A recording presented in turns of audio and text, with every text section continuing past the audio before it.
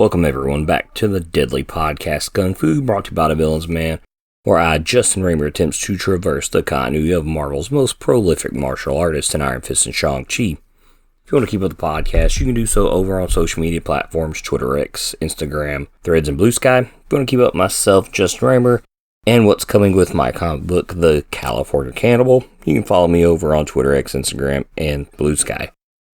If you want to keep up with me and my friends as we play our live role-playing TTRPG podcast, Last Tavern on the Left, you can go over wherever you follow Deadly Kung Fu Pod on social media or wherever you listen to Deadly Kung Fu Pod and subscribe. Currently, they have been encountered by Blue Lantern Kratos. You might find that funny because you're like, Kratos, Rage. No, if you kind of look into God of War 3, Blue fits him.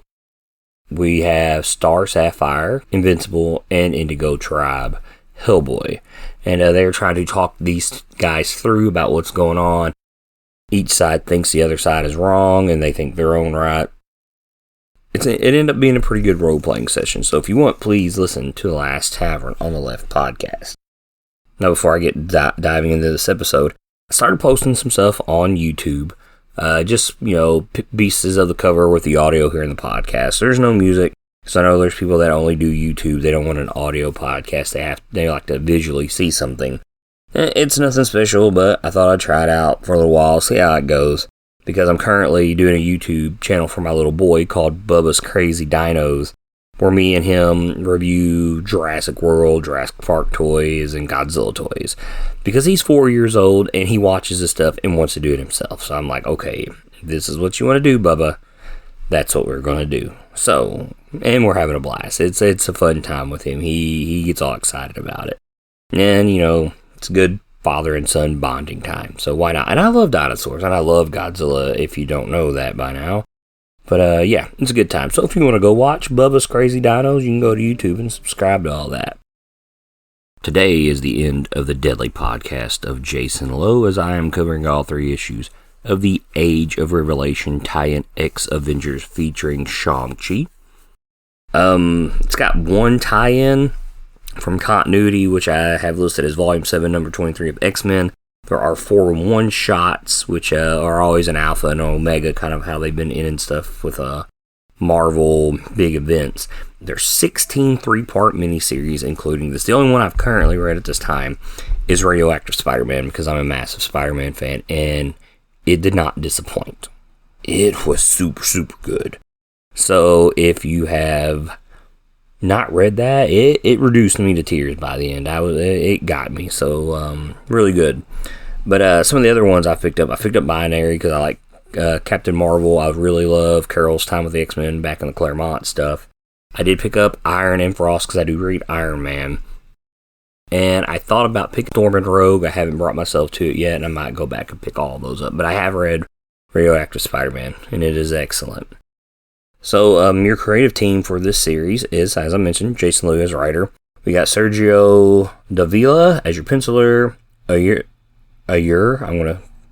I'm terrible with names. Jimenez as your inkers. I know you guys are like, man, these guys, names, he's butchered them. Rain Burrito and Joe Sabino as your letterer. The team members for this team, some of them are returning from Steve Orlando's Avengers run, which are Hawkeye and obviously Shang-Chi. They're the only ones that I can recall just looking at this that showed up. But we have Moonstar, the only X-Men on the team. We have The Vision. We have Variable Man, which is Hank Pym. And we have Water Widow, which is the Black Widow. And then we have Cannonball. Oh, yeah, okay. So of course, there's 2 X-Men on this team. I'll read what kind of give you an idea if you've not read any of the Age of Revelation stuff. The X-Virus swept the U.S., killing millions 10 years ago. Those who survived became mutants. The affected areas grew into Revelation territories, a mutant nation ruled by Doug Ramsey, aka Revelation.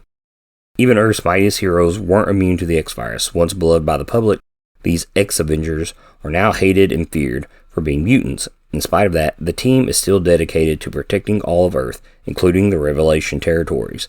But after stopping your Kree attack on the territories, a new threat has emerged, one that has taken the life of one of their own. So basically, Moonstar has taken the shield from Captain America, and are leading the Avengers, because these Avengers all have mutant powers, except for obviously Cannonball, because, these are new mutants, pretty much. So basically, there's a mutated part of the X-Virus that's actually attacking mutants and humans, and they're trying to stop it. They run into Sunspot, who's kind of got like an Imperial Guard for Doug Ramsey, and they're trying to figure the whole thing out. They go to Doug, the virus follows them, and come to find out it's MODOK behind all of it. Because ever since the Krakoan age, he's become an X-Men villain. So that's kind of the story in a nutshell. I know Giant Man dies in the beginning, or Variable Man. And then the Vision dies, and then Hawkeye dies, and so does Sunspot. So that's a good thing about these alternate timelines. Like, you can kill people, it doesn't matter, and it puts some weight to the story, especially as you're reading them, because you don't know how they're going to end. And the only bad thing is, it's an alternate timeline. So it's not like continuity, but the X-Men do this all the time. I really liked the story. I couldn't tell you. I rated for the end the last book that come out the same day as Undead Iron Fist, because I wanted to see if these guys were in there, which they weren't, and I kind of expected that. But I wanted to cover all the Shang Chi stuff for here of Age of Revelation. So if you're expecting me to talk about this book as a whole, and you're new to the podcast, that's not what I do. I'm just going to cover Shang Chi in this world. So, to me, in issue 1, he comes off as the heart of the team. Like, he seems like it's their core. And it's a bad thing about Shang-Chi when it comes to these teams. He doesn't usually have a lot of spotlight.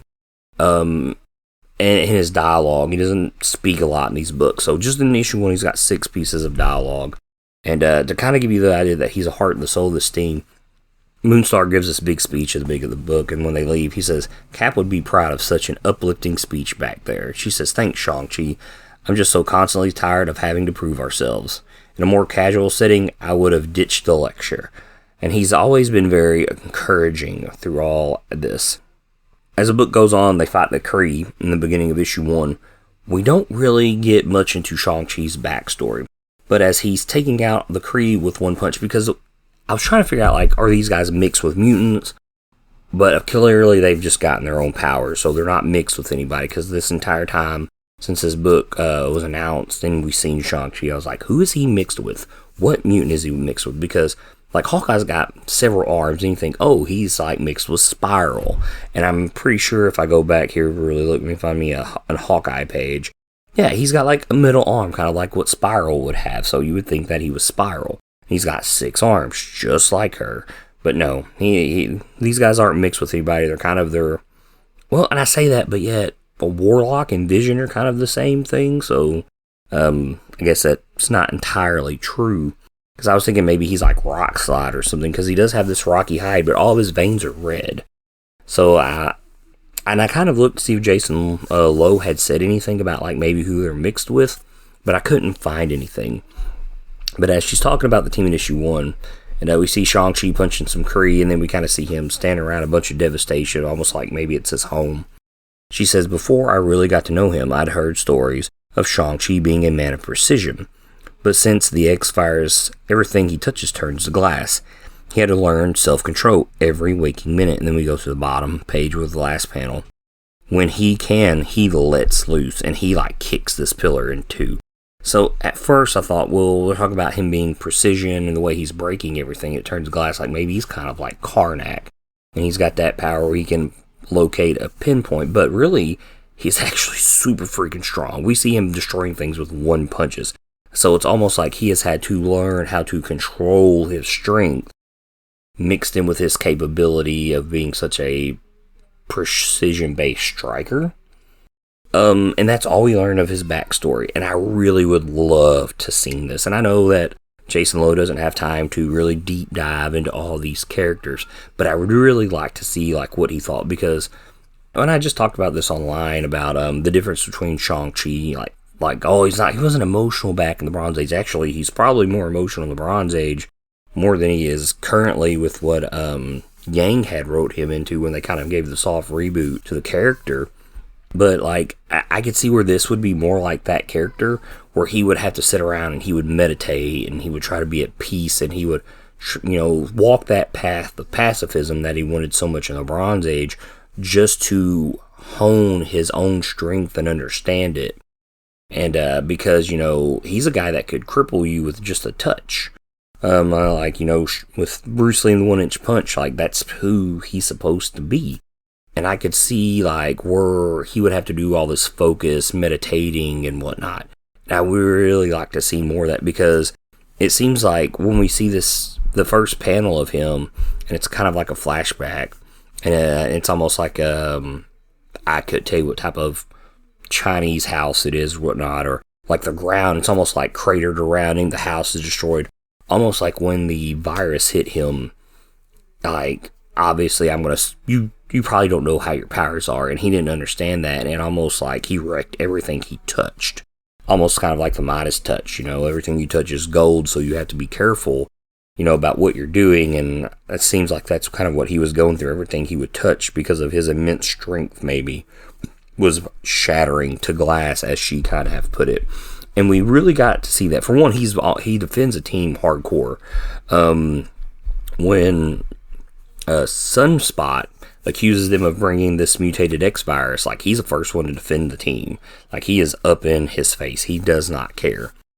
And but other than that, like, anytime something needs to be destroyed, he seems to be the guy that does it. Like, hey, we need a hole punched in a wall, or hey, just bust this up. Because when they first see the X-Virus, he's the one that's going to break it up before it infects Scott.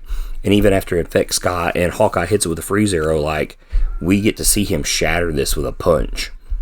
And so they're talking about, he says, if we're going to work together, shouldn't trust work both ways? Bobby kind of just answers him back. In the meantime, there's some damage control to be done. And Shang-Chi says, damage control. And he kind of looks angry. Vision, you're 100% sure the virus didn't come from the Kree. I've detected no activity from any of the ships that would trigger. Good enough for me. Let's go to work. And it's almost like he has to charge energy just by the way this looks, because we see this red energy around his fist, and we see him shatter Hank Pym, who's been infected by this virus and froze, into hundreds of pieces just with a punch. So there, you're thinking, like, is it an energy that flows through him? Or is he just, made of pure strength?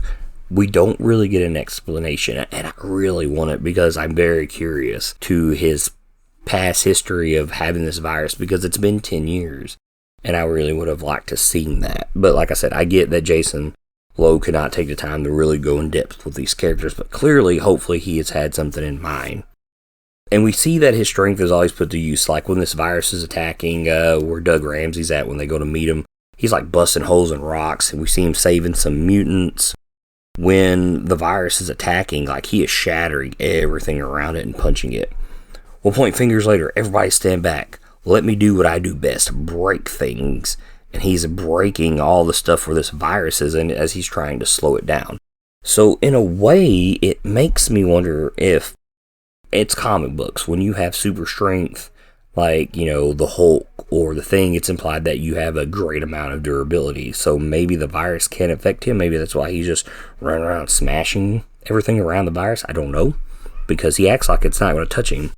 Well, anyways, when we find out that it's MODOK and they go to attack him, Shang-Chi really proves his worth. So they kind of blast MODOK down. He says, you can't do... And as he says it, you're X-Vengers, because obviously he thinks they're about to kill him. And we see Shang-Chi, and here's a really good panel of this in issue 3, where Shang-Chi's leaping towards him, and he has this energy all surging through his hand, and he shatters MODOK. It busts him up. I mean, he looks worse than Jake Paul after the Anthony Joshua fight. I mean, rips his entire back jaw off. I mean, he's just obliterated.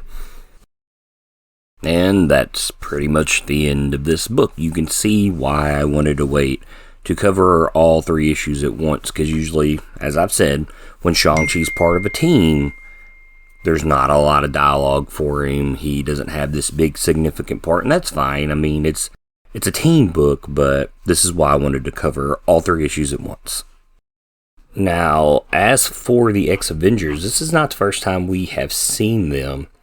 Now, if you go to Marvel's Wiki fandom page, this Earth is listed as TRN1498, which usually means it doesn't really have a designated place from Earth.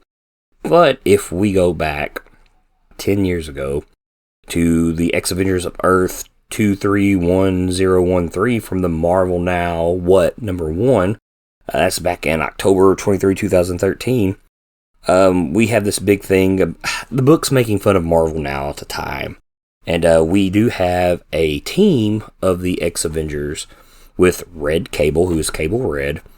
We have Spider-Storm, which I absolutely love, who looks like Storm, but with spiderwebs everywhere. Now, obviously, she has like the Jessica Carpenter kind of look to a Spider-Man, except for in the front. It's very Spider-Man-ish, so I wouldn't say she is Jessica Drew Spider-Woman, but she doesn't have pants on. She's got typical clothing like Storm wears, like the big legging boots, and then her cape is like a spider web. We have Thing Jr., who looks like Thing if he played for Run DMC. And then we have Shang Chi. Back in the day is what I want to call that as, because that kind of goes together, even though now it'd be Shang Chi because of the MCU. So they are the first ones. And I had asked Jason, I just kind of realized there's Morbius in the panel beside this, who kind of looks like the Shang-Chi for this Jason Lowe story. I'd asked him about this, I think it was over on Blue Sky or Threads, one or the other, like, if he was aware of this, and he said, no, I had no clue. So I thought that was kind of funny. But yeah, it's just a 4-panel in this page with a High Evolutionary where they're kind of making fun of Marvel Now. So the question is, what's next for Shang-Chi? We know that he was mentioned as possibly being the new Sorcerer Supreme after One World Under. Nope, that went out the window. They already announced that was Wanda. That book come out, #1, the day that this end of the Age of Revelation ended on the 31st of December. But he's still on the announcement variant, so I don't get that. Like, you figured you would have teased a lot of that through the first issue. Nope, it's all about Wanda. Which Bernard Chang is drawing that book, and when I looked through it, just seeing maybe Shang-Chi was in there to kind of talk about it for this episode, God, man, he kills it in that book. And he's the guy that kind of gave us the first look at Undead Iron Fist. So if you want to go back last week and listen to issue 4, the finale of Undead Iron Fist by Jason Lowe, please go listen to that. But we do have some news from Simu from Avengers Doomsday back on December 22nd. He said that he actually is getting a new suit, and I'll try to quote this here from where I was reading about it. It's an incredible feeling. It was actually a brand new suit, so it's a completely different suit that fits on me very differently. I showed up to the set, and I definitely was like, oh yeah, I know how to do this. And then I see the suit and the pieces, and I'm like, oh, this is not the same at all. But it goes to show you things change, and it's really, really special just to be able to look at yourself in the mirror and be wearing something like that. It's an incredible feeling, and will be an incredible ride when it comes to theaters. A lot of people think that we're getting the more recent suit that he's wearing, because it's kind of similar to what we got in the MCU, and I wouldn't mind that, because it's more colorful. They got the green, the gold, and red, and I really like that. So I would be fine with that if we had that. And then 2 days later, from comicbook.com, that might have been from comicbook.com also, because it seems like this would be the same kind of interview. He mentioned that he had the opportunity to work with 2 of his childhood heroes.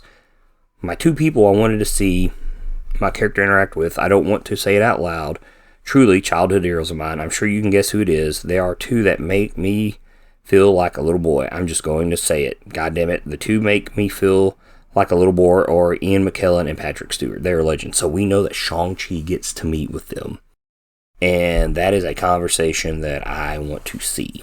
Now, I love the MCU Shang-Chi. I know he's very charismatic. We don't have the stoic, heroic, stone-faced Shang-Chi from the Bronze Age. Man, that version would also be awesome to see, because I would like to see this conversation with Shang-Chi and Magneto, because Magneto, in a way, is much like his father, Wenwu. You know, villain turn hero. He's also a father. There's an easy switch that could have been done there with Wenwu when he realized that he messed up at the end of the movie, and he did switch when he became a father. So, I could see where that would work. I want to see that conversation, because Shang-Chi meets Gandalf and Captain Picard. Who doesn't want that, right? That just sounds awesome. But that'll wrap up this episode of the Deadly Podcast of Kung Fu. If you like the podcast, please go to social media accounts and follow the podcast on Twitter, X, Instagram, Threads, and Blue Sky. Like I said, it's on YouTube now. Not everything's on YouTube, just a handful of videos when I get some time. I'm just going to try to put some on there. I do plan on putting the new stuff on there as it comes out. Like I said, try to find out what's next for Shang Chi after this. No clue. There's nothing out there about where he's going to show up. Surely he's going to start showing up in Avengers books with Doomsday coming out here at the end of 2026. But if you like my music, check out Rushing Tiger by Kuro over on SoundCloud and YouTube. But most importantly, guys, it is the beginning of 2026. Make sure you support those local comic book shops this year and keep reading comics, guys.